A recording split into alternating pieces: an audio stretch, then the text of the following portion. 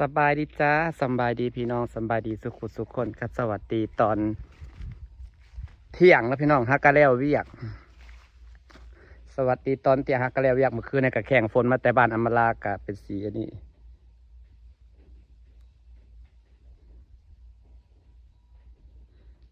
แข่งฝนมาแต่บ้านลามาลากะเป็นสีแบบว่าอยากปวดสบายเนี่ยแต่ว่ามื้อนี้สิไปบ้านเจซีจ้าสิไปกินข้าวปุ้นจุดประสงค์หลักก็คือไปถ่ายคลิปไปละพี่น้องแลนซ้ายแลนขวาจ้าเด้หมากนาวเขากำลังออกดอกเป็นหมากหลายๆในลูกเมื่อกี้ก็มันเป็นน้ำมันก็เป็นน้ำบ่ทันเป็นน้ำบ่ทันที่เขาแบบ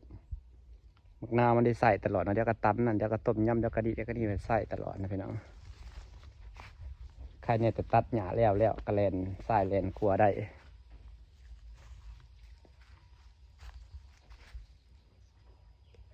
นี่จ้ะบรรยากาศ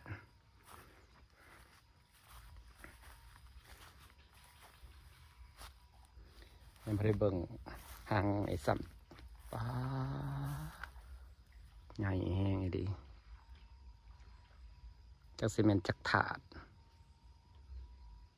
หางบ้าใหญ่พี่น้อยเขาพรรษาปะเขาเอาหางตรงไหนปักใหญ่ๆผู้เลี้ยงไว้ใหญ่แห้งบรรยากาศนี่พี่น้องจะคลองใส่ไก่เฮาสวยงามคือเก่าค่ะเมื่อคืนนี่ฝนตกเบิดคืนตกแห้งพร้อมพี่น้องนี่หญ้ามันได้เขาได้ล้านหญ้าเลยงามเนาะแบบเป็นวิวแบบวิวงามแห้งบรรยากาศสิประมาณนี้นะจ๊ะส่วนต้นไทรเกาหลีค่อยเริ่มแตกใบแล้วนี่ถอกใบแล้วบดตายแล้วกะถอกใบแบบนี้มันก็สีเขียวเต็มที่แล้วใบมันสีเขียวกลุ่มเต็มดอกกระเจียวก็กำลังเริ่มงามแล้วเชียแต่ยังไม่ได้ปก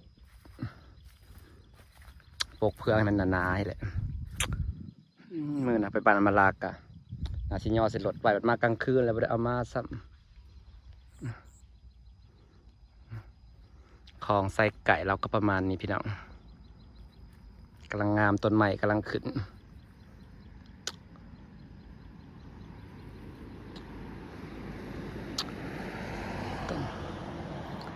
ต้นอันนี้นะเนาะอันนี้ต้นมังคุดมะพร้าวกำลังติดต้นอันนี้เราปลูกยากเด้อให้มันปลูกง่ายนี่เห็นว่าสิออกงอนแตกเงาะจิบ่ต้นหมักไฟพี่น้องสตอหมักหน้ามาลงไกลๆกับเห็นว่าสิปลูกในวางนี่กะเป็นบ่อนที่น้ำจากไหลมาขังแม่มันกระบอกถือว่าขังโพดก็คือเป็นเหี่ยวคือสิตายนี่จะว่าสิตายมันจะ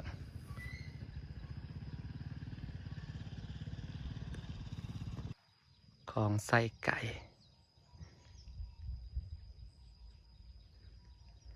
เบิ่งปลามันขึ้นมากินใช่ไหมหวานหัวอาหารให้ปลามันกินเบิดมือเบิดเว้นให้มันอ้วนปลาหมูเดี๋ยวนี้เอาเลี้ยงปลาหมู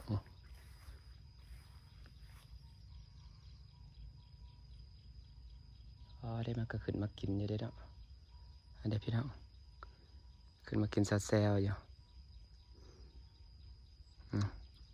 นี่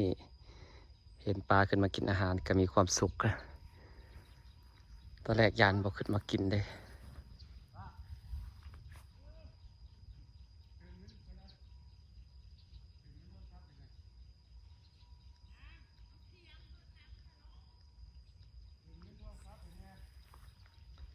ครับพายได้เลยนะ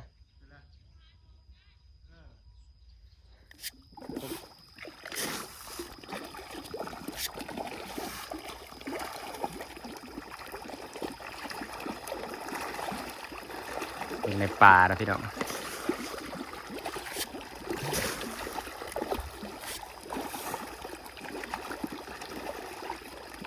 ในป่าอดไปอีกจาก2-3 เดือนก็จ้าคุณมันก่อนจ้าสิขายแบบนี้เดือน10พอแหละ หลังเดือน10จากสีขายอันนี้เรียกว่าให้หลังเดือน10ก่อนลายแห้งพี่น้องแตกแซวรอบแรงแห่งลายอันนี้รอบกลางเวนรอบเช้ามันรอบแรงมันหัวเวลามากินในปกติเขาสิเกลือแต่กลางตอนแรงเด้แต่นี่ไปเวียกก็เลยแบบว่ายันมาขำก็เลยเกลือไปก่อนนี่ไงปลาไหนคำโอ้ตัวใหญ่เติบ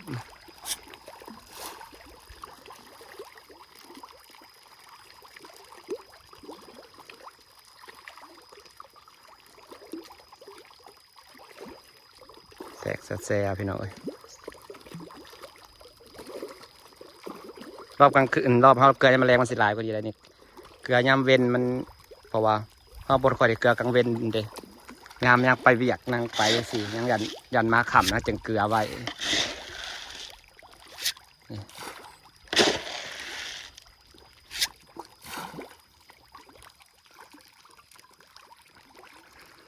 ไปพอกันบ้านเจซีเด้อจ้ะพี่น้องจ้าบ้านแล้วจ้าไปหาเก็บเห็ดยูคาไงมันออกป่ะ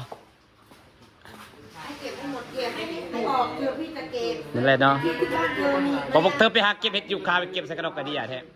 เตียงน่ะอยากได้เลยเตียงนะแต่อยากได้แต่อยากฟิตไว้ตอนนี้มันยังบอกก็แบบมันหนาวหลายโซมกินเห็ดขมนะนั่นแหละเขาน่ะอยากได้แต่เขาหมักกินเห็ดยูคามันสุดหนึ่งละกะเอาใส่ตู้เย็นไว้เดี๋ยวเฮ้ยมากินยำแรกหน่อยแซ่บๆเลยเตียงน่ะหมักหากบ้านเตียงมันบ่มีมันบอกพ่อกันอยู่นี่มั้งผมคนโจกับความบางกี้นั่นหากะเกี่ยหากะไปเกี่ยวเข่าเกี่ยวหญ้าให้ลูกหากะแล้วนางยากลูกยากเต้านางมีลูกไม่เต้าอันนี้ได้ซะเพื่อจะออกแต่เฮือนได้เมื่อวานกับพระกฐาสร้างจุดค่ำกับเพชรมีสร้างมาเมื่อวานนี่นะพอมามื้อนี้มาเลยปะวานถ่าจุดค่ำเขาทำเอาแป๊บเขาจะมาทำบ้านทำบ้านอำมาลาเมื่อวานเนี่ยพักกันรอจนเย็นก็ไม่เห็นมีมาโดนแล้วนี่นะไล่เหลี่ยกันตีโอ้ยคนทางคือยังมีเนาะเพื่อนเฮงไปหอดบันนั่นเสร็จสันเฮงเปื้อนหน้าอุดมใส่ผมมีคนได้เห็นกันตัวทีว่าแล้วทางบ้านคอยน่ะเปื้อนฝนตกบนคืนฝนตกอยู่ฝนตกบนคืนแทบตกแห้งพร้อมใดฝนตกปะนอนม่วนปะไม่ได้นอนค่ะทำไมกลับมานอนบ้านน้องเจี๊ยบค่ะเรายังนอนในตู้นั้นแล้วฝนลมมาเยอะมากได้ตูดมันลมเนาะตูบมันบริแอมเนาะคำว่าตูบคือตูบอำมาลายังพอว่าอยู่ได้ยังนอนได้อยู่ได้น้องพรเอาแสลงไปกั้นให้แล้วลมมาบ้านขึ้นบ้านเพิ่มพันผมมีฝนยุดบ้านนี่ตกน้ำใช่เพราะเราขึ้นมานอนบ้านฝนก็บ้านเขาตกบนคืนตกแห้งผมได้ฝนนะตกแห้งตกบนคืนตกแห้งไปลงโป่งเสร็จไปเลยนะกระตูอำมาลายังว่าพอนอนอยู่ไหนมันแบบมันยังขัดอยู่พวกคืนยังว่าก็อำมาลาว่าอยากนอนนี่เลยคือสินอนเย็นหมวนฝนตกนะนอนตูบกระหนาวที่ตายเขายังนอนตูบอำมาลานะตอนมาหนาวนอนเฉยวิวมันดีนะพอตื่นมันสดชื่นดีไหนนอนยิ่งหนาฝนนี่นอนตื่นขึ้นมาเนี่ยโอ้สดชื่นมาอ้อนนานๆมาทีมันกระลึงเฉยเนาะมันหัวจักเห่าโจรเห่าเจนอยู่บ่ไผ่มากกระเล่นขอดเล่นหอมจักไผ่เล่นดมจุดเบิดเกิดโจรขี้หลักมากกับสิเล่นดมแข้งดมขาเขา